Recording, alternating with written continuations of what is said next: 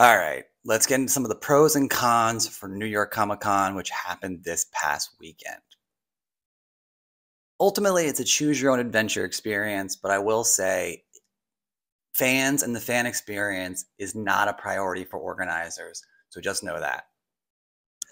The biggest pro is getting to meet people, and I don't mean me, so ignore me in the front. But Mr. Marvelite, his wife came out. We met up with Official Megs and so many other people that you connect with maybe on social media that you get to meet in real life and have an experience with them. So that is a huge pro. You also are going to get to see people like Christopher Lloyd and Michael J. Fox, who signed a comic for me, and you don't have that, opportunity anywhere else. It's also going to be a con in a second, so we'll talk about that. But I think that's also another thing as well. But more importantly, you get to meet the people that make comics so great. Todd McFarlane had, I think, 3 free autograph signings. This one, he's signing Spider-Man 300 for my wife. And he was beyond gracious and funny and talking to everyone. That was an amazing experience. And for all the flack they get, CGC organized this and it went perfectly.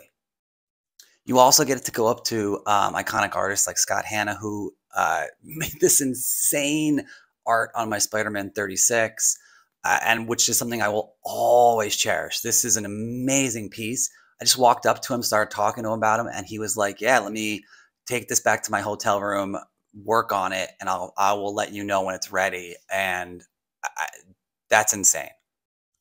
Last but not least, for the pros, the cosplay was on point. So many good things from the weekend. So if you are into that, check it out. Have a blast. Best of the best.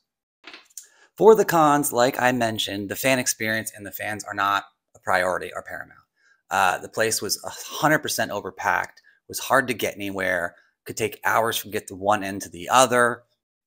And then there were the lines. This is the line for the Michael J. Fox signing, which took 3 hours. The Christopher Lloyd signing took 2 hours. Jim Lee was an hour late, then started to eat 20 minutes into his signing. Oh, you have to understand these signings were not free at all. Someone in line for Michael J. Fox told me he spent $1,000 for the experience and had a horrible time and was almost trampled by the thousands of people in line. Thousands. This photo came after spending 3 hours in line waiting for something we paid for. Shame on the organizers.